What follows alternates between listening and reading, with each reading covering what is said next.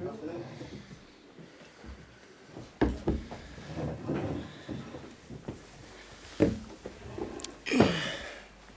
ready? Okay. Randy, would you like to introduce? Sure.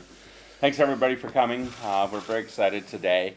Obviously, it's a transitioning time for the club, and there's lots of ways to do transition, and some of it is to do just a hard stop and go with something in a completely different direction. And that was something as the ownership group we did not want to do.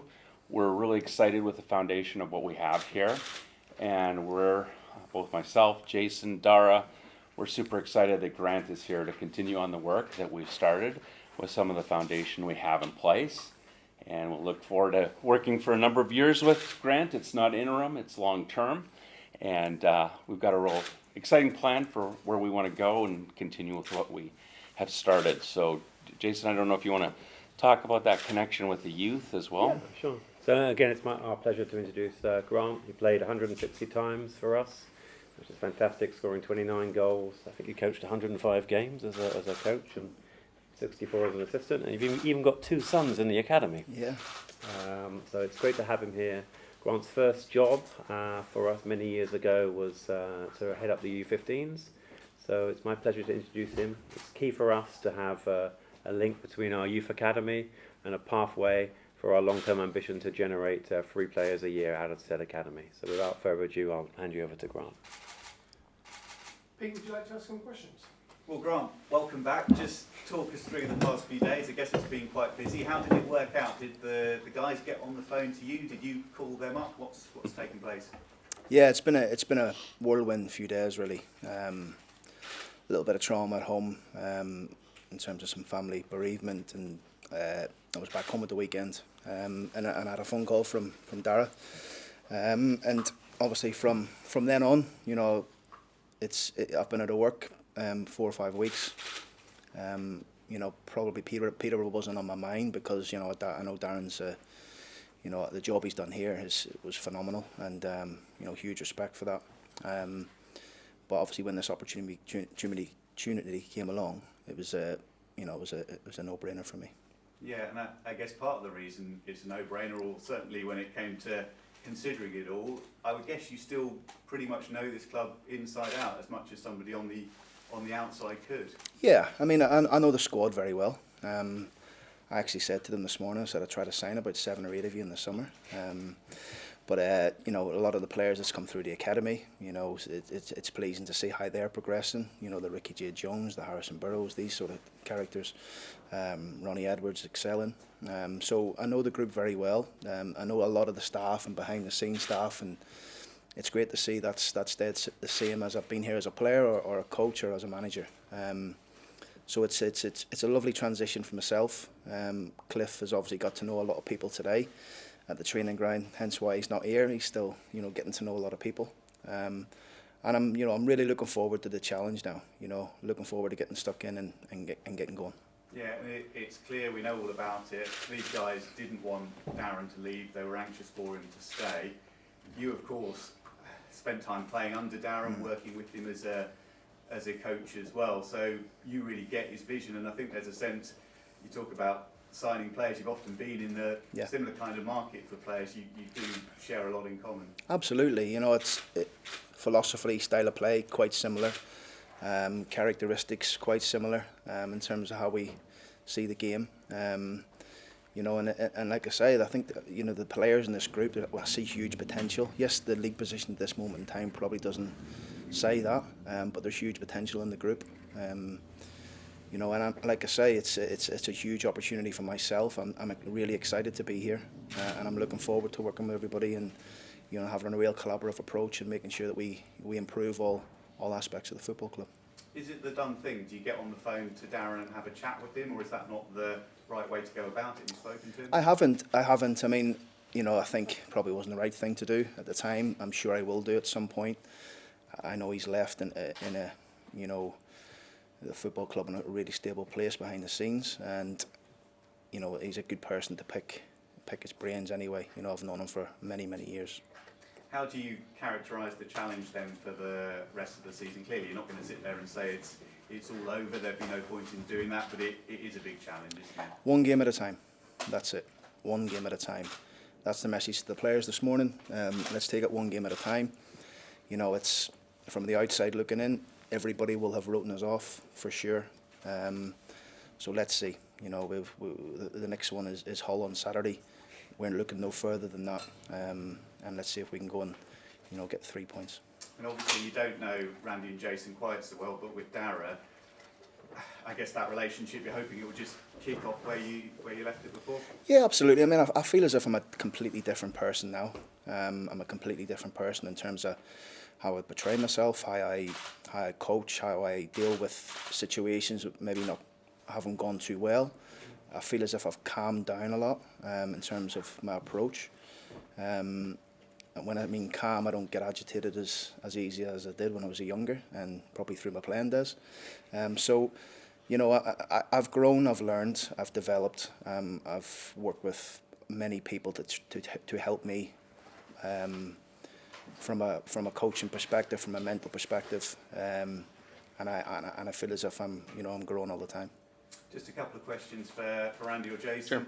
Grant obviously won't know you guys so well, but I'm guessing you know probably quite a lot about him, because when you were looking at the club in the first place, he would have been there. Yeah, he was here at the time, and obviously we've met Grant a few times at social events and whilst he's been at the club. So I feel we know him quite well, and we're pretty confident that his philosophy is going to fit with what we want to do with the club. And I think it's fair to say that Dara takes the lead often on the football side of things. How much input, how has this process worked for you guys over the past few days? It's been very collaborative between the three of us. Yeah, I mean, it was obviously lots of people reached out to us. We had our own engagement on how we wanted to do this. It was all three of us into the pool, but obviously Dara's got way more experience. He has a sense of who would fit what we want to do. But the first conversation is, how do we want to, do we want to do a hard stop? Do we want to go a different direction? Do we want to carry on with what we've done? That was the core fundamental conversation. And then from there, you start to sift managers or potential managers based on those conversations around philosophy. So it was a pretty quick conversation once we decided which way we were going to go. Yeah, so once you got to that position where continuity was important, the youth setup, having that commitment to youth development, I guess was always going to be in there, but front and centre. Presumably at that stage, that overwhelming number of candidates and the phone going off the hook and everyone calling up, suddenly actually the number of suitable people is a lot smaller. And then you go into playing style. We go into, is it an interim, or are we going to carry on our long-term vision? When we carry on a long-term vision, who's the person who's the most likely that can work with the players we have, get them to a place where, we all know as a club, from top to bottom, we all have to do way better than we've done this year. And you have to have somebody who's going to come in and figure out a way that they can bring out the best in the players and those people around them. And obviously Grant's got some background with a lot of the players that were already here. I think also on top of that is, whatever happens next year, who's the person here who's going to be part of that vision. So yeah, the list got shorter and shorter over a 2-hour conversation. How's that? And let's not forget that Grant has a lot of success. He had a lot of success at Doncaster and at Hull. Beat us consistently with both clubs. So, Thanks guys, that's great for me. Grant, do you feel you have a point to prove after the way it ended here 4 years ago? No, I think everything happens for a reason, Alan, to be honest. And it's I feel real privileged at the time to be given the manager job at this football club, and I've obviously learned a lot from them. Both about myself and about how I see things off the pitch or on the pitch.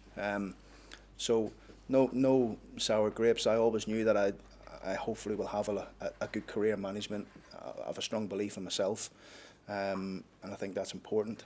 But now it's trying to get that belief into the players and starting to, hopefully maybe try and climb this league over the next 14 games.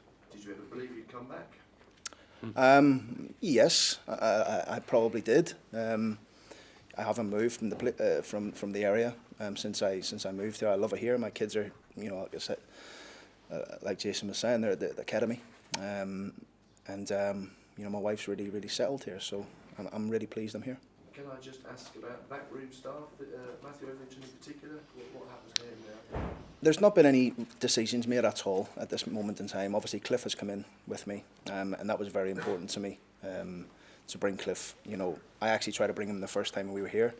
I asked Cliff the question, why didn't you come the first time? Because I really wanted to understand that before I came and took the job.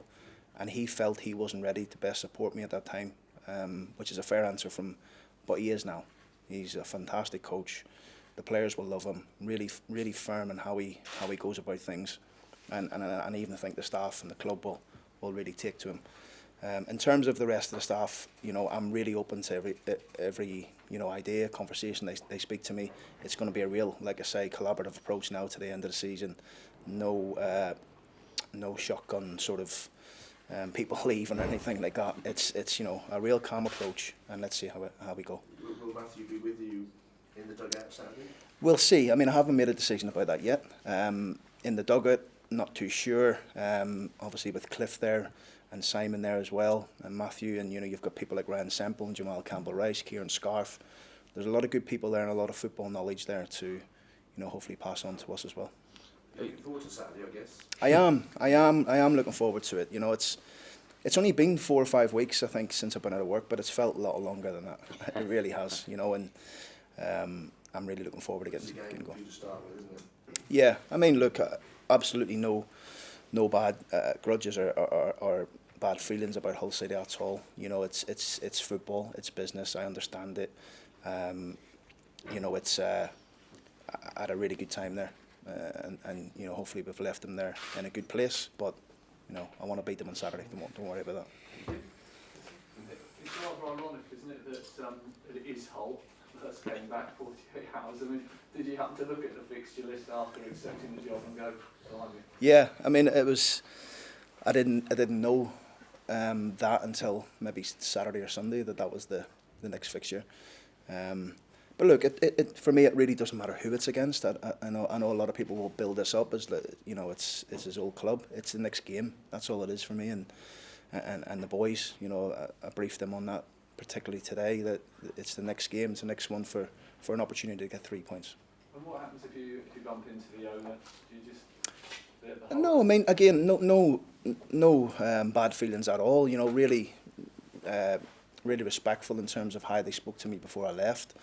You know, he wasn't actually in the country and gave me a call on FaceTime and actually wanted to meet me a couple of days later for a meal, but I wasn't around. So there's no bad feelings at all. It's football, I understand it, and you know, I've moved on and so have they.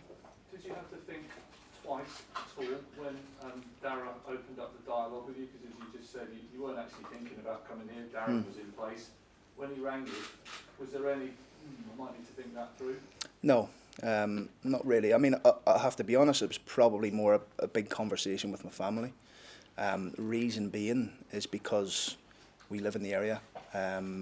My kids are at the academy. My kids go to school in the area. You know, these little things I think we have learned as a family better.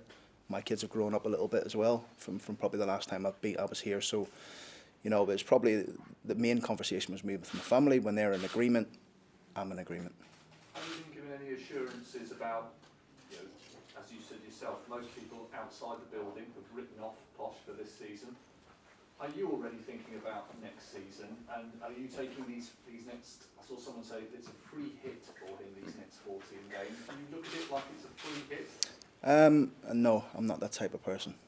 You know, like I say, I'm quite a calm sort of guy, but in here is a real burning desire to do well. Don't worry about that. And it's not a free hit. It's the next game on Saturday against Hull City that we need to go and try and get the 3 points, and that's the way I'm looking at it. And Randy, was there any contact made with any other candidates, or was number one candidate Grant, or were there other conversations? Well, it's interesting as the first time through this, I guess. We obviously did it with Steve Evans, but again, Darragh was much more obviously involved in that. And so taking this as, so a lot of you remember Darragh said he wouldn't, you know, Darren was going to be the last manager he hired. That was a kind of a famous quote. So for us to actually do it as a collective this time is super important. And then being new, you get the usual football managers call you up, and the LinkedIn approaches, and managers just find your WhatsApp number. So it's been all that part of inbound.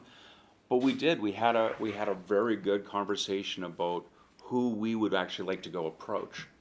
So, you know, in Grant's case, that was on our approach list. So, but I do think we did the right thing. We took a long time to think about where we were. We took a long time about what did we want to accomplish. Do we want to try to get out of the soup? Do we want to do an interim, like I say, hard stop? Do we want to carry on? You know, a lot of language around trust the process that has kind of set some people off, but they have to understand that was always what we wanted to do here was long term. And so we're really excited about what we've started off the field, around the business, on the field. It's been difficult. It's been more difficult than we all thought. But we really firmly believe we had a group of players. We had the academy players. We have a style that we've lost our way a little bit. It's a Peterborough style. It's something that Grant knows all about. So it was us approaching Grant after a long set of sift this. Where do we want to land? And there was only about 3 names on that list. And so were all 3 names spoken to? No, and then a decision made? just to be clear, only one person was interviewed. Yes. That was our top candidate. It's about what I was about to say too. Yeah. So, That's great. yeah. Thanks, gents. And he's sitting right here. Yeah. Brilliant. Yeah. Okay. Yes, go and do one-on-ones then. Well done, Bill. Okay. Thank you. Thanks. Cheers.